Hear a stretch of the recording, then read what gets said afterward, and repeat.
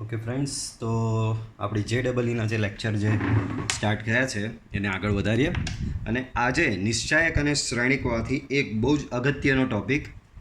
આ ટૉપિકની થોડી ગ્લિમ્સ તમારા ઓલ્ડ સિલેબસમાં હતી, બટ જે તમારો નવો સિલેબસ આવ્યો છે હમણાં અકોર્ડિંગ ટુ NCERT, તો એમાં આ વસ્તુ નહીં હતી. બટ ક્લાસમાં આના વિશે થોડું ડિસ્કશન આપણે કરેલું. બટ અત્યારે તમે JEEના તમે છેલ્લા કેટલાય વર્ષના પેપર તમે જો ધ્યાનથી ઓબ્ઝર્વ કરશો તો આ ટૉપિક પરથી તમને ખાસ MCQ every time every year આ ટૉપિક પર તમને MCQ આવશે ને આવશે જ. બરાબર. તો આજે આ લેક્ચર સ્પેશિયલી એના માટે જ છે. આપણે એના પહેલાં કન્સેપ્ટ ભણીશું જે ઇમ્પોર્ટન્ટ છે આપણા માટે, ક્રેમર રૂલ. ઓકે, તો ક્રેમર રૂલનો કન્સેપ્ટ ભણીશું અને ત્યારબાદ એને આધારિત JEEના પ્રીવિયસ યરના ક્વેશ્ચન પેપર, આ યરનું ક્વેશ્ચન, બરાબર. તો એ બધા ક્વેશ્ચનમાં આ ટૉપિકને આધારિત જે MCQ પૂછાયેલા છે એ MCQ આપણે સોલ્વ કરીશું. બરાબર. તો બે દ્વિચલ સુરેખ સમીકરણની સંહતિનો ઉકેલ. તો ક્રેમરનો રૂલ કહે છે શું? ક્રેમર રૂલ એટલે નામ એના સાયન્ટિસ્ટ પરથી એટલે કે મેથેમેટિશિયન જે હશે એના પરથી આપી દીધું છે. બટ એવું નથી કે ભાઈ બહુ ટફ છે. બરાબર. રૂલ બહુ જ સિમ્પલ છે. બરાબર. તમે અત્યારે દેખાવ સર આટલું બધું છે, પણ આમાં તમે ધ્યાનથી ઓબ્ઝર્વ કરશો તો કંઈ જ નથી. નિશ્ચાયક શોધવા સિવાય કંઈ જ નહીં કરવાનું. નિશ્ચાયક શોધવો તમને બધાને ખબર છે કે કેટલો સિમ્પલ હોય છે. બરાબર. તો બે દ્વિચલ સુરેખ સમીકરણની સંહતિનો ઉકેલ એટલે કે સમીકરણનો ઉકેલ ક્રેમરના નિયમથી, ક્રેમરના રૂલથી કેવી રીતે શોધાય. હવે બીજી વસ્તુ તમને કહી દઉં કે એક્ઝામમાં કોઈ દાડો તમને આને ઉકેલવાનું નહીં કહેશે કે આ સમીકરણને ઉકેલી નાખો. શાબ્દિક સ્વરૂપે કંઈક પૂછેલું હશે. પાછું એક વખત સાંભળો, એક્ઝામમાં કોઈ દિવસ એવું નહીં કહેશે કે આ બે સમીકરણનો ઉકેલ શોધો. એ તો ભાઈ બધાને જ ખબર છે કે ડાયરેક્ટ કરવું હોય તો ઓપ્શનમાંથી ટ્રાય કરી લેવાનો. જે ઓપ્શન આ બંને સમીકરણનું સમાધાન કરે એ તમારો ઉકેલ કહેવાય. તો એ લોકોને બી ખબર છે કે ભાઈ આ રીતે આ મેથડ સ્ટુડન્ટને આવડતી જ હશે. બટ એ લોકો બી સ્માર્ટ છે. બરાબર. એ લોકો તમારું નોલેજ ટેસ્ટ કરવા માંગે છે, એટલે જ તમારી આ એન્ટ્રન્સ ટેન્સ ને એવું બધું હોય છે. બાકી સિલેબસ પતાવીને ડાયરેક્ટ એડમિશન કરાવી શકते. બરાબર. તો વસ્તુ તમને કહી દઉં કે એવું કોઈ દાડો નહીં કહેશે કે આ સમીકરણનો ઉકેલ મેળવો. શાબ્દિક સ્વરૂપમાં કંઈક પૂછશે. શું પૂછશે આગળ આપણે થિયરીમાં જોઈએ. ચાલો, તો આ બે સમીકરણ આપેલા છે. પહેલું સમીકરણ ધ્યાનથી જુઓ. બીજી એક વસ્તુ ધ્યાન રાખો, સમીકરણ કોઈ બી રીતે આપેલા હોય, અચળ પદ આ ઇક્વલ ટુ કરીને આ બાજુ 0 આવવું જોઈએ. જો આ વસ્તુ દિમાગમાં ઉતારી લેશો ને તો આમાં પ્લસ માઇનસની કોઈ દિવસ ભૂલ થશે નહીં.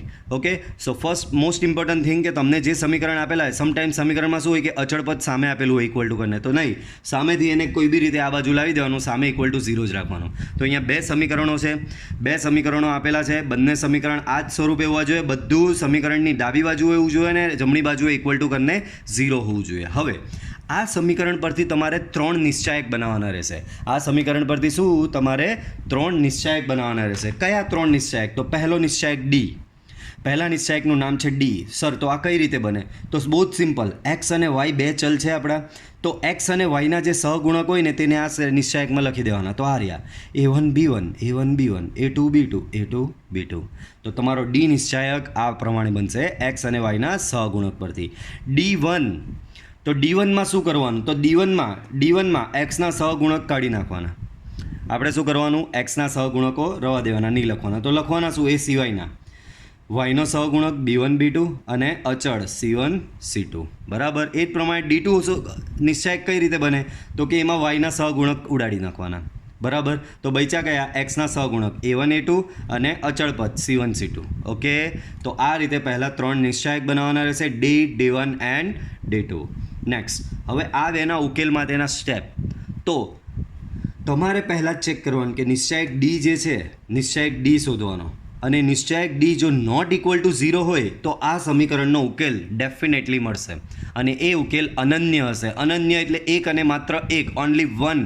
Okay, only one solution. Okay, તો જો તમે આ જે નિશ્ચાયક ડી છે અને એ નિશ્ચાયક ડી શોધો અને એનો જવાબ નોટ ઇક્વલ ટુ 0 આવે તો તમને અનન્ય ઉકેલ એટલે કે એક અને માત્ર એક જ ઉકેલ મળે. બરાબર. અહીંયા હજી થોડું ડિટેલિંગ કરવું હોય તો લખી શકાય એક અને માત્ર એક.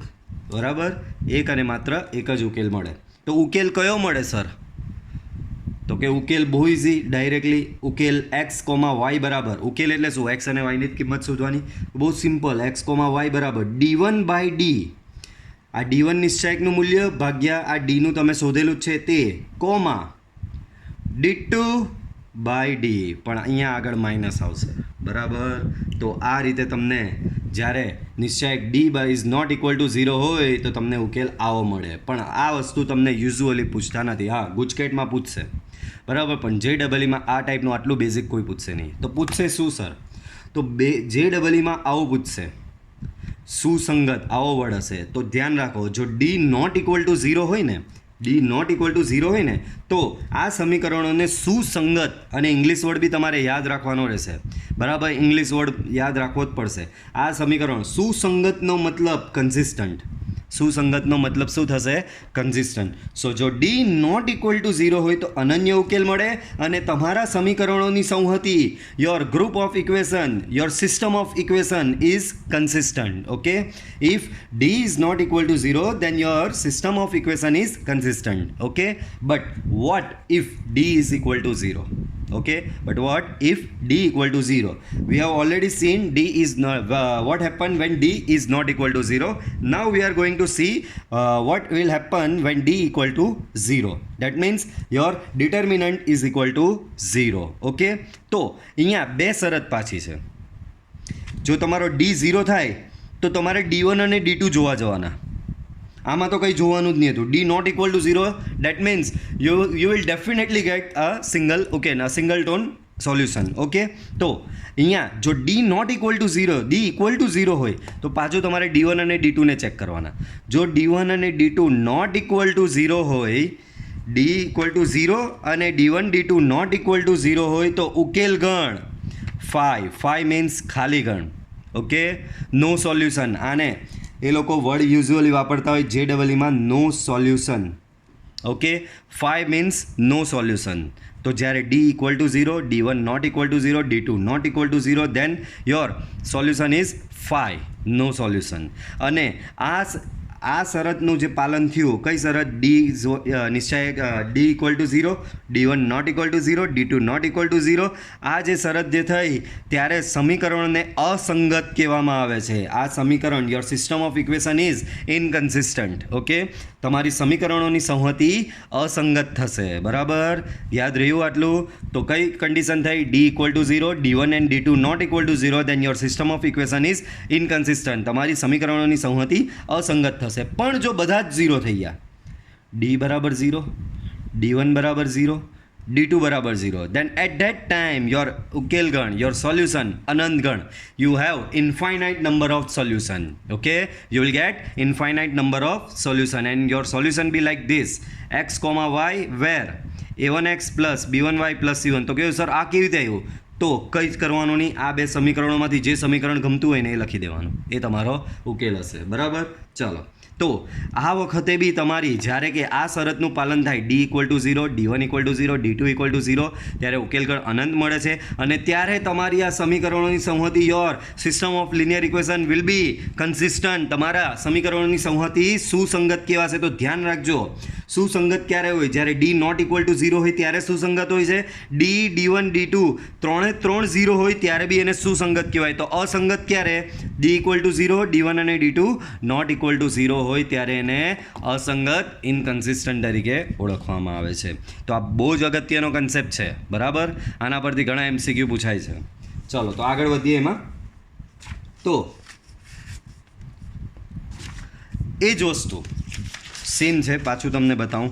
આમાં બે સમીકરણ હતા અને બે ચલ હતા. બે ચલ હતા એટલે your 2 variables x and y. Okay, your equation is linear, that means તમારું ઇક્વેશન સુરેખ છે. And you have 2 variable, that means x and y. Okay, but now in this case we have 3 linear equation with 3 variable.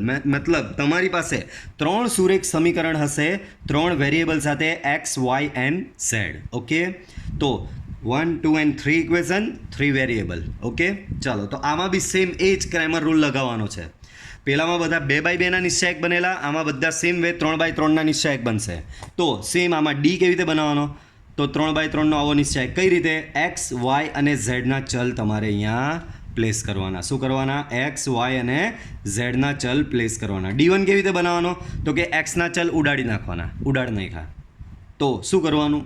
વાયના ચલ B1 B2 B3, ઝેડના ચલ C1 C2 C3 અને constant. યાદ રાખજો પાછું same વસ્તુ, આ ઇક્વેશન કેવા તમારે કન્વર્ટ કરવાના? ઇક્વલ ટુ કરીને 0 આવવું જોઈએ, ડેટ્સ ઇટ. બરાબર, બધું સમીકરણની ડાબી બાજુએ.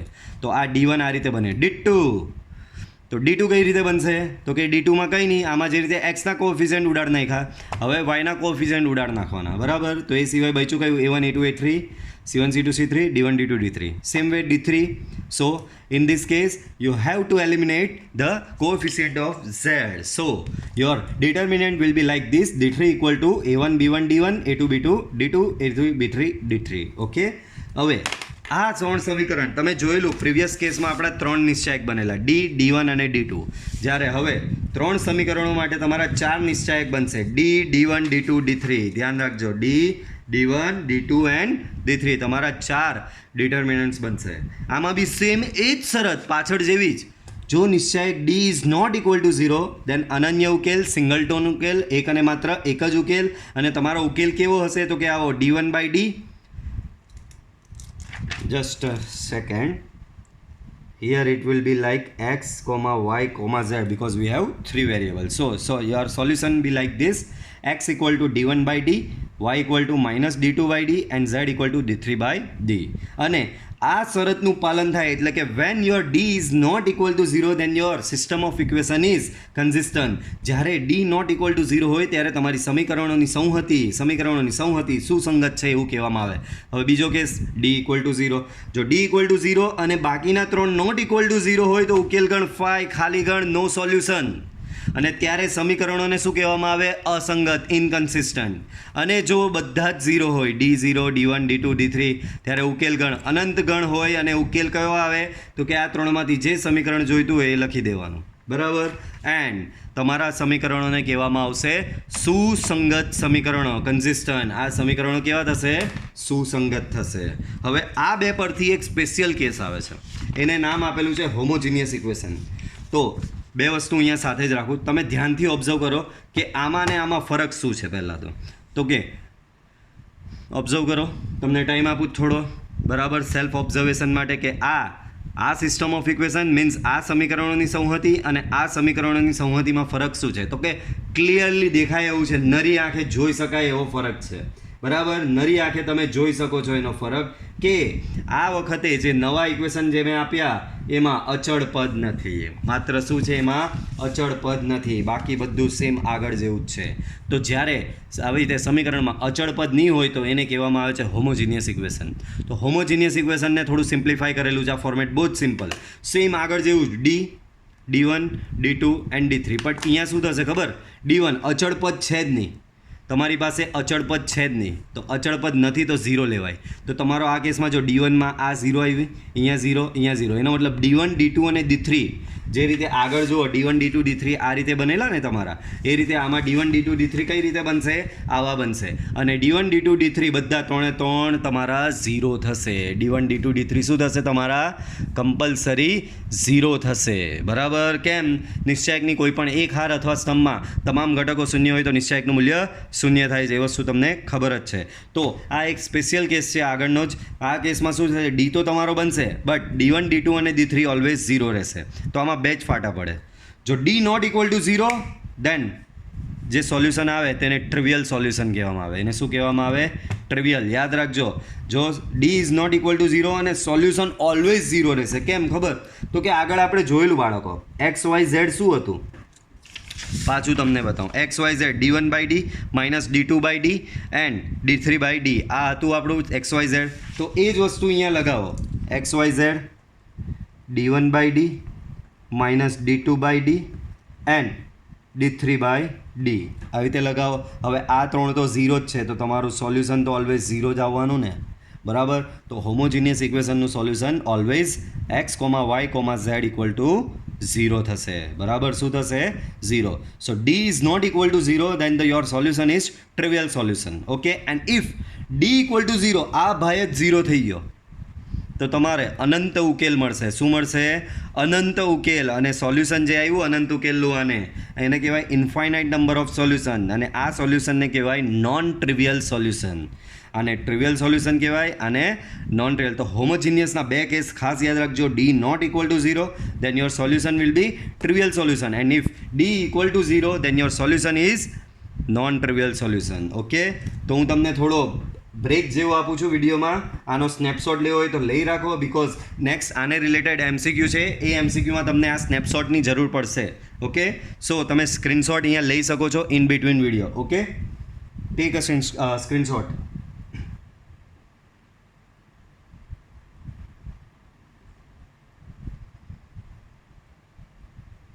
Okay, so I hope screenshot લઈ રાખ્યો હશે.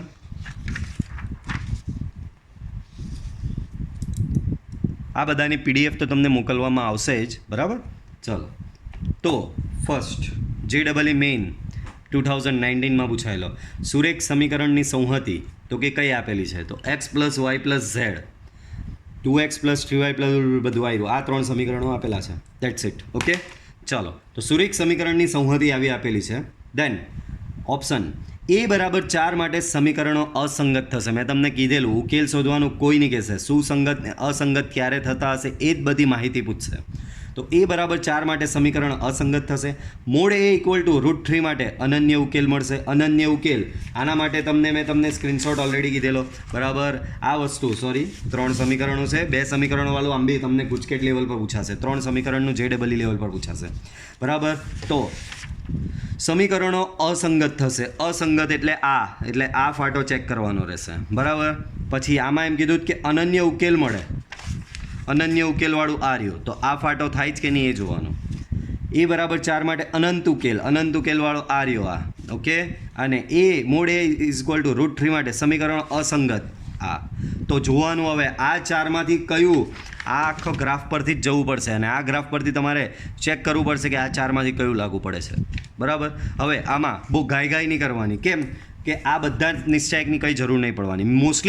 મોસ્ટલી મને don't get me wrong, okay, mostly તમારું ડીથી કામ પતી જાય છે. રેર કેસમાં જ તમારે D1 D2 અને D3 પર જવાનું આવશે, but this is not for every time. Okay, હર બાર ऐसा नहीं होगा. Okay, so D1 D2 D3. Okay, so mostly તમારું ડીથી કામ પતી જશે. ચાલો, તો બધા તમારે નિશ્ચયક લખવાની જરૂર નથી, because you are solving MCQ solve કરો, જેટલું જરૂરી હોય એટલું જ લખવાનું. ચાલો, તો આના પરથી પહેલાં ડી બનાવીએ બાળકો. તો અહીં ડી, તો ડી કેવી રીતે બનાવવાનો મેં તમને આગળ હમણાં જ સમજાવ્યું થિયરીમાં. ખાલી XYZ ના સહગુણકો લઈ કરવાના, બરાબર. તો XYZ પહેલા સમીકરણમાં છે. જો મેં તમને કીધું સમીકરણ જો આવા હતા, અચળ પદ બધા સામે હતા, મેં શું કર્યું, બધું આ બાજુ લાવીને લખ્યું છે.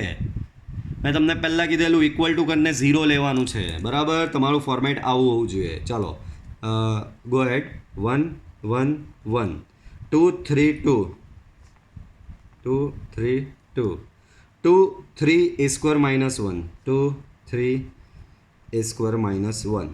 ઓકે, ચાલો ચેક કરું.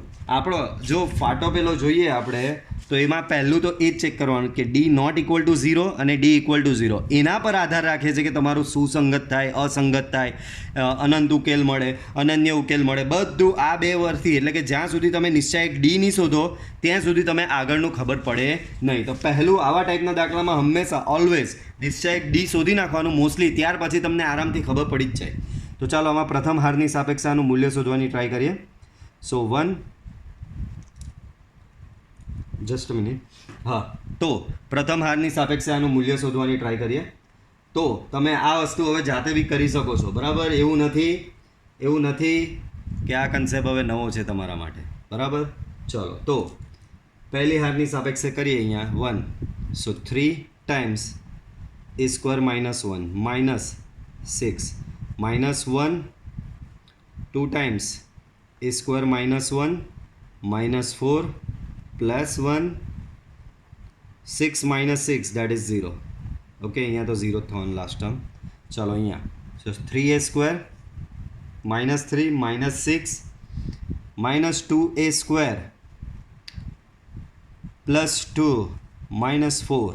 okay, so 3A² - 2A² that is x², and here there might be some mistake.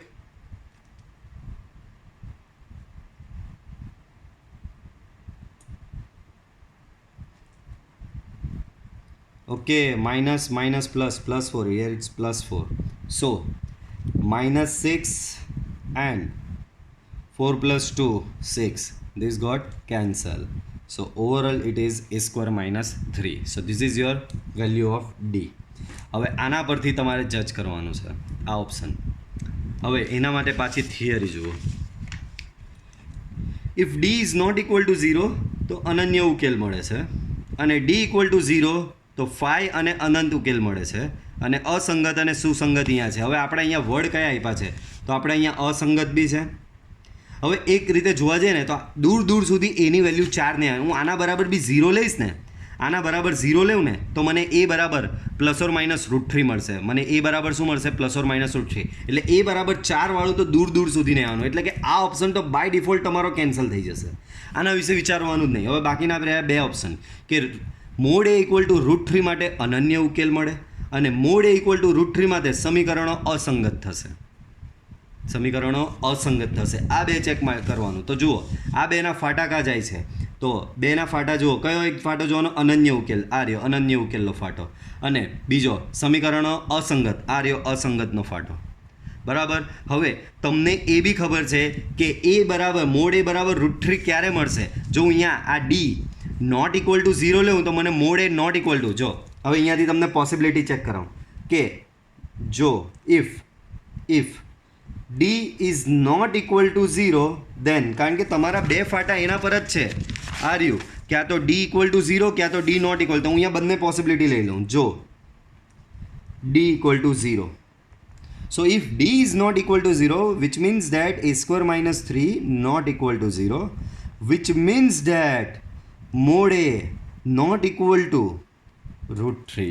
બરાબર, mod A not equal to √3. But આપણે અહીંયા ઓપ્શનમાં મોડ એ ઇક્વલ ટુ √3 તો છે, નોટ ઇક્વલ ટુ વાળો ઓપ્શન જ નથી આપણી પાસે. આપણી પાસે તો ઇક્વલ ટુ વાળો છે, એટલે આપણે આ જ ઓપ્શનમાં જવું પડશે. તો આ ઓપ્શનમાં a square minus 3 equal to 0, date means mode A equal to √3 મળ્યું. બરાબર. ચાલો, તો મોડ એ બરાબર √3 તો મળી ગયો, અને ત્યારે તમે અહીંયા શરત કઈ લેવી પડી? ડી બરાબર 0. તો ચાલો ફાટામાં જાઓ. ફાટામાં જતાં તમને માલુમ પડશે કે મોડ એ બરાબર √3 અને ડી બરાબર 0 માટે આગળ જાઓ તો અસંગત ક્યાં આવે છે? આ રહ્યું, એમાં અસંગત આવે જ છે. અને આપણે હવે એ જ ચેક કરવાનું કે મોડ એ બરાબર √3 માટે ડી બરાબર 0 થયો, અને ડી બરાબર 0 થયો એના પરથી એ અસંગત થયું. તો એવો ઓપ્શન છે કોઈક? તો કે મોડ એ બરાબર √3 માટે ના, અનન્ય ઉકેલ તો મળે જ નહીં. અનન્ય ઉકેલ માટે શું થવું જોઈએ? D not equal to 0. પણ ડી નોટ ઇક્વલ ટુ 0 લઈએ તો mod A not equal to √3 થાય, પણ આપણે તો અહીંયા મોડ એ ઇક્વલ ટુ √3 આપેલું, એટલે આ તો થયું જ નહીં. બરાબર. તો પોસિબિલિટી કઈ બચી કે મોડ એ બરાબર √3 માટે ડી બરાબર 0 થયું. બરાબર. મોડ એ બરાબર √3 માટે ડી બરાબર 0, અને ડી બરાબર 0ના ફાટામાં અસંગત છે, તો આ રહ્યું. મોડ એ બરાબર √3 માટે સમીકરણો અસંગત થશે. તો આપણો પરફેક્ટ મેચ કોણ થશે? આ ડી. આમ mod a equal to √3 implies that સમીકરણો અસંગત થશે. ઓકે, સો આઈ નો થોડા ટફ છે, બરાબર, બટ થોડું સોલ્વ કરીશું આપણે હજી, તો તમને આ મેથડ યુઝ થઈ જશો તમે એનાથી. આગળ વધીએ. તો સેકન્ડ MCQ પહેલાં ધ્યાનથી રીડ કરો. બરાબર. તમને રીડ કરવા માટે પહેલાં થોડો ટાઈમ આપું છું. MCQ રીડ કરો.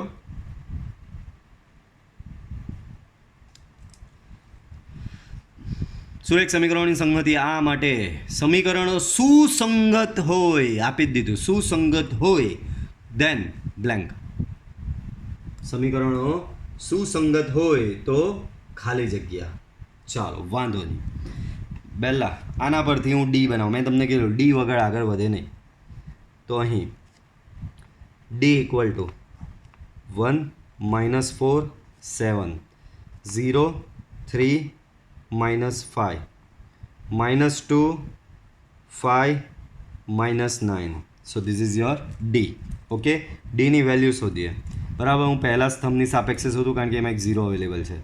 તો 1, તો 9 ચોક 36 -35. બરાબર. અહીંયા -2 લઈશ તો 20 -21.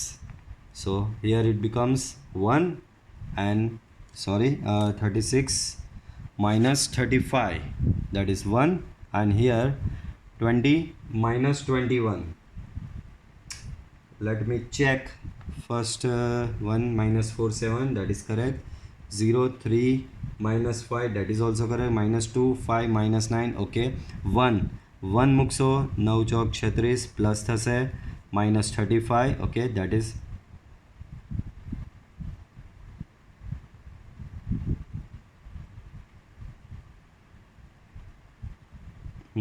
then minus 2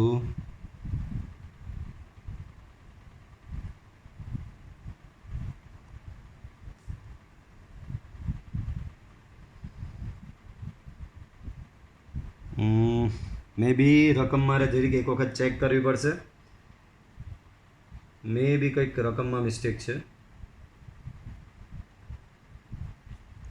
ને સિમ્પલ ફોર્મમાં એક્સપાન્શન કરી જોઈએ. 1 with respect to first row minus 27 plus 25 plus 4 0 minus 10 plus 7 0 plus 6, okay. Okay, chalo. minus 2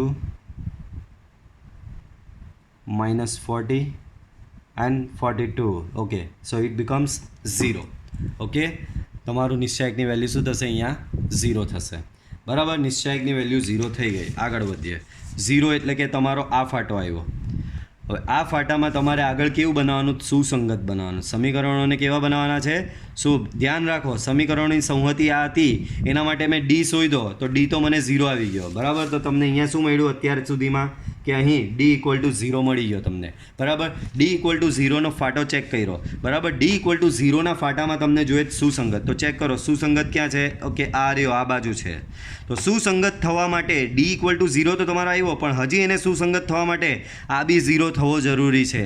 તો આમાંથી કોઈ બી એક લઈ લો, D1 D2 D3માંથી કોઈ બી એક લઈ લો. હવે તો હવે D1 ઇક્વલ ટુ 0, બરાબર. કેમ? સુસંગત કરવાના છે તમારે.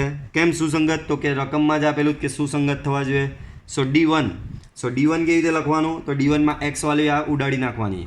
લખવાનું તમારે રહેશે -4 3 અને 5 7 -5 -9 and constant term -g -h -k, okay, and that is equal to 0.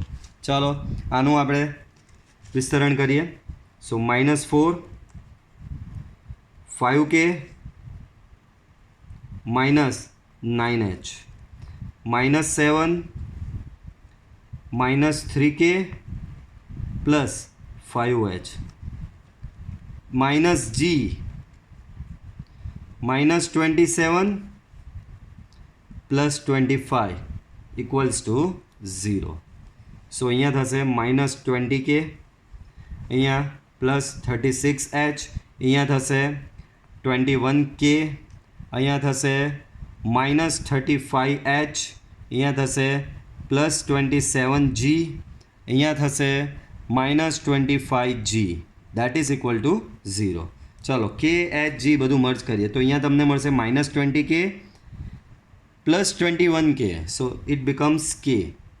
Now h, 36h minus 35h, that is h. Then 27g minus 25g, that is 2g. Okay, તો આવો કોઈક ઓપ્શન હોવો જોઈએ. છે તો કે યસ, ઓપ્શન બી. ઓકે, તો સુસંગત થવા માટે, બરાબર, D1 = 0 કેમ લીધું? સમીકરણને સુસંગત કરવાના છે, બરાબર. સુસંગત ક્યારે થાય છે? આયરું તમારો D તો 0 જ આવ્યો. D 0 આવવા છતાં તમારે સુસંગત કરવાનું છે, તો તમારે આ વસ્તુ થવી જોઈએ. તો એમાંની મેં એક વસ્તુ લઈ લીધી, D1 = 0. તો હું આ બધી મને આ શરત મળી. સો ઓપ્શન સાથે મેચ કરીએ તો આ તમને આ રીતે કંઈક લખી શકો, બરાબર. So your final answer is B. Observe કરવું હોય તો કરી લો, તમને 1 મિનિટ આપું છું. તો આ વસ્તુ ઓબ્ઝર્વ કરી લો, બરાબર. ત્યાર પછી આપણે નેક્સ્ટ MCQ પર જઈએ. આ જ પ્રમાણેનો આ MCQ JEE મેઇન 2019માં આવેલો છે.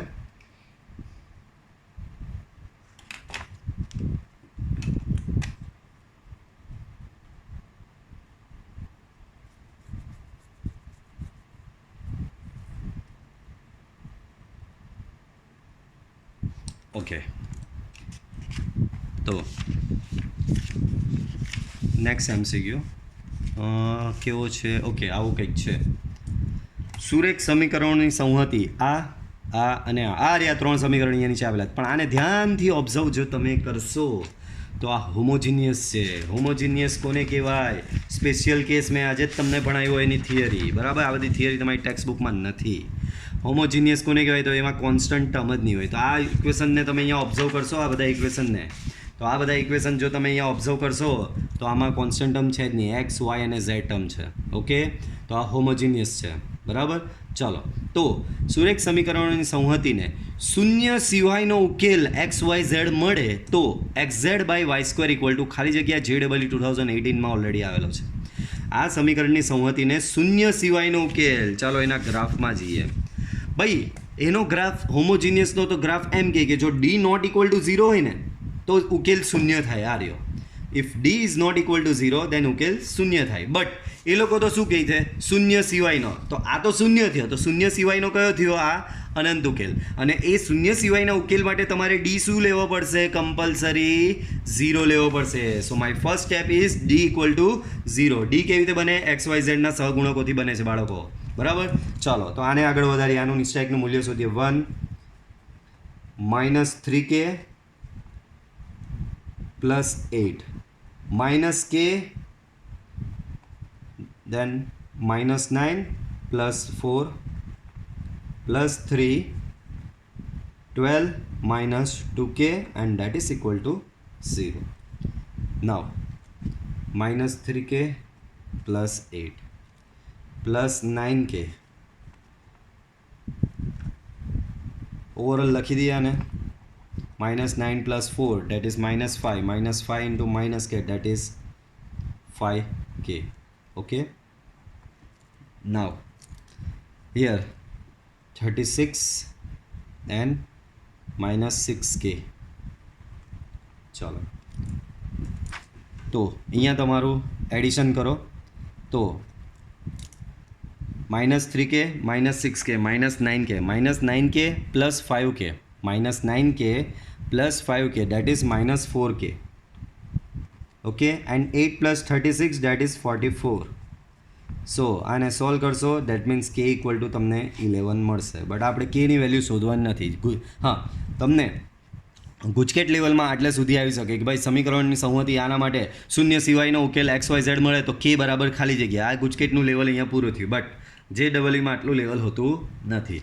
હવે JEE-માં તમને એક્સ્ટ્રા એવું કીધું કે આના બરાબર શું થાય, તો હવે પાછી સમીકરણોને યાદ કરવા પડશે. સમીકરણોમાં જ્યાં જ્યાં k છે ત્યાં ત્યાં 11 મૂકી દઈએ. તો હવે x + 11y, આ ky છે ત્યાં 11y થશે, plus 3z equal to 0. Then 3x + 11y - 2z equal to 0. Then 2x + 4y - 3z equal to 0. Okay, so આ તમારા ઇક્વેશન થયા. ધ્યાન રાખો, એક વખત ધ્યાનથી ઓબ્ઝર્વ કરી લો. કંઈ જ નહીં કર્યું, તમે જે કેની વેલ્યુ 11 લાવ્યા એ કેની વેલ્યુ 11 મેં ઇક્વેશન જે હતું એમાં પ્લેસ કરી છે. બીજું વધારાનું કંઈ જ કર્યું નથી. ચાલો, હવે તમારે આવું લાવવાનું છે. આ 3 સમીકરણ પરથી આ રિલેશન કોઈ બી હિસાબે લાવવાનો છે. તો હવે કરવાનું કંઈ જ નથી. 2 સમીકરણ કંઈ બી કરીને ઉડાડો કે જે કંઈ બી કરો, તમારે એકને બીજાના ફોર્મમાં રિપ્રેઝન્ટ કરવાનો છે. બાળકો, આ પહેલાં આ 2 સમીકરણ પરથી જુઓ તો અહીંયા બી 11y છે, 11y છે. હું આ 2 સમીકરણોની બાદબાકી લઈ લઉં. અહીંયા હું આ 1 અને 2ની બાદબાકી લઈ લઉં. x + 11y + 3z equal to 0 minus 3x + 11y - 2z equal to 0. Okay, તો અહીંયા થશે -2x, આ કેન્સલ થશે. અહીંયા માઇનસ કરશો તો અહીંયા થશે 5z. ઓકે, દેન હિયર તમને શું મળ્યું? અહીંયા 2x ને સામે 5z equal to 2x. That means z equal two 2x/5. આ એક રિલેશન તમને મળ્યો, બરાબર. આના પરથી બીજો બી રિલેશન લઈ આવીએ તો આ z બરાબર આમાં મૂકીએ. ચાલો, આ 3માં મૂકો, થોડું સરળ દેખાય છે, બરાબર. અહીંયા મોટો છે અચળ એટલે. હવે 2x plus 4y minus 3z equal to 0. એમાં z બરાબર 2x/5 મૂકો, બરાબર. તો શું મળશે તમને? 2x પ્લસ 4y બરાબર 3 into z that is 2x/5 equal to 0. Now 2x અહીંયા થશે minus 6x/5 plus 4y equal to 0. So here 10x minus 6x/5 plus 4y equal to 0. That is 4x/5 equal to 4y. That means 4 cancel. Okay. So y equal to તમને મળ્યું x/5. તો અહીંયા મેં કર્યું કંઈ નથી, મેં z અને y એટલે કે કોઈ બી બે ચલને ત્રીજા ચલના ફોર્મમાં રિપ્રેઝેન્ટ કર્યો. ઝેડને એક્સના ફોર્મમાં લાવ્યો, વાયને બી એક્સના. આ રીતે તમે બીજું બી લાવી શકો. તમે ઊંધું કરી શકો, તમે એક્સને ઝેડના ફોર્મમાં લાવો, વાયને બી ઝેડના. એટલે મતલબમાં કોઈ બી બે ચલને એક્સ વાય ઝેડમાંથી કોઈ બી બે ચલને ત્રીજાના સ્વરૂપમાં લાવીએ. અહીંયા આપણે ઝેડને એક્સના સ્વરૂપમાં, વાયને બી એક્સના સ્વરૂપમાં. તો ઝેડ અને વાયને ત્રીજો એટલે કે એક્સના સ્વરૂપમાં લાવ્યા. હવે જે શોધવાનું તે લખો. તો હવે X Z upon Y square. Now x, so x is x, z that is 2x/5, then y that is x/5. So 5 cancel. Okay, 2x/5, x/5. Sorry, here y square, that means it becomes x square by 25. Okay, now so overall આને લખીએ આપણે તો numerator તમારો બનશે 2x square. Numerator will be 2x square upon 5 and denominator will be x square upon 25. x square cancel. 5 5s are 25 અને એ 5 ઉપર જશે. સો final answer તમને મળશે 10. સો xz upon y square equal to 10. 10 option okay છે જ આપણી પાસે. ઓકે, તો આટલે સુધીનું જે તમારું લેવલ હતું એ ગુજકેટ લેવલ થશે. બટ JEE છે તો કંઈક ખાસ તો કરશે જ આ રીતે, બરાબર. આ JEE 2018માં હતો, બરાબર. થોડી વખત તમે ધ્યાનથી ઓબ્ઝર્વ કરો આ MCQ, બરાબર. ઓબ્ઝર્વ કરો, નોટ બનાવી હોય તો નોટ બનાવો. હા, આની હું PDF બનાવીને તો તમને મોકલીશ જ, બટ લાઈવ એક વખત તમને આ પાછું જોવાનો ચાન્સ આપું છું, એક વખત જોઈ લો.